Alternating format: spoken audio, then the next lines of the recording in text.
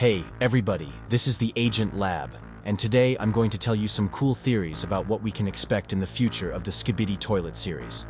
We'll also speculate on some cool theories. Part 1 of episode 68 was too cool and too rich in detail. In addition, I will tell you a couple of cool theories about the weakness of TV Man Titan, and you will even learn about how he can be killed. Of course, I wouldn't want him to die. And I hope the Skibidi Toilets aren't watching this video, but would like to share with you my findings, because the theory really turned out to be very interesting. So as usual, take tea and cookies, put a like, watch the video to the end, and we, friends, begin. Let's talk about your theories first. For example, one of my subscribers suggested this cool scenario. Imagine a real scientist who was able to get to the head of one of the Titans and was able to successfully tap into it. In theory, this could happen. After all, in fact, all Titans are robots, and the scientist has a tablet, a lot of mechanical hands and big brains to figure out how the Titan is organized from the inside. If you also take into account the fact that he was controlling a fake scientist of enormous size from the inside, what if it was just a warm-up and test? And the scientist is really planning like a parasite to get inside the head of one of the Titans to control them. If we also take this moment when Skibidi Parasite tried to infect TV Man Titan, it could be a test, so that then, when the scientist analyzes everything and comes up with a plan, he could try to enter TV Man Titan's body himself. It would actually be interesting to observe such a thing, but of course it's unlikely that Dafuk Boom would approve of such a scenario, though who knows. The next theory I'd like to speculate on is that the Red Cameraman will become a traitor, or has already become one because he was friends with a cameraman in love. And because of unrequited love, his friend in the person of the Red Cameraman decided to take revenge on Plunger, and that's why he decided to close the door at the moment when Plunger was running to the base.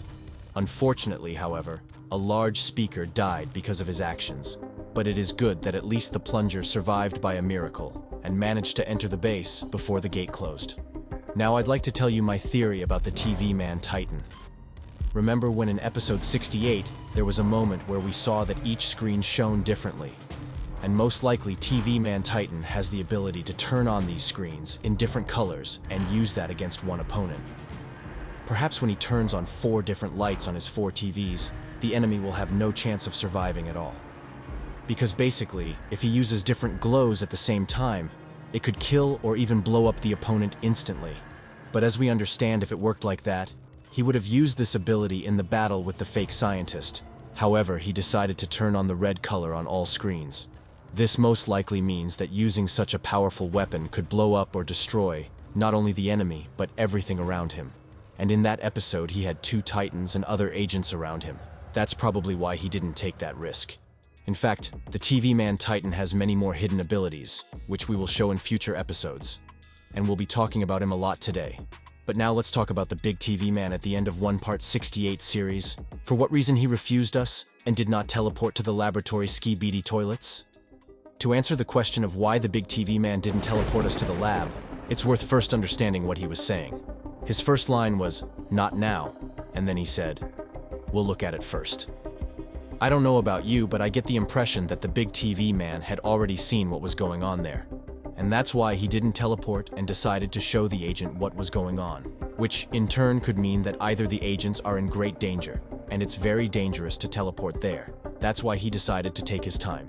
Or they are on a mission, and he doesn't want to interfere with them with his teleport and needs them to stay put. Since this is the main Skibidi Toilet lab, I think there are anti-teleport sensors everywhere, so that if the TV men get there, they will know about it and destroy it immediately. Personally, I think that the second option is more true, but in the process, when we start watching, something will go wrong and the agents will get into a very difficult situation, from which they will try to get out. And what do you think about it? Be sure to text in the comments. I will be interested to read. Now let's get to the fun part. I told you in the analysis that TV Man Titan absorbs energy and then can use that energy to attack. So it's basically like a huge battery that collects all the electricity around it. Note that it's the lasers that make it stronger. When he was shot with regular projectiles, he didn't accumulate that energy in any way. Now the question is, what happens if you overcharge the battery? That's right, it's gonna blow to hell. The Titan could probably have this problem too. And if the Skibidi Toilets get to that point, They could take 5 to 7 of those fake G-men with lasers and shoot it at him at the same time with all their might. Sure, he'll probably kill his opponents around him with the blast, but the fact that he could be maimed or even die in theory is quite likely.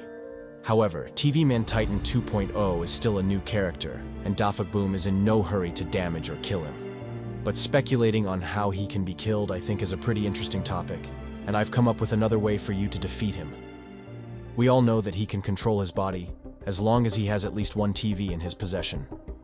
So I think at the moment when he sends 3 of his screens to attack, this 4th one is in charge, and to infect him somehow, you have to break the 4th screen first, and manage to capture and infect it before all the screens return.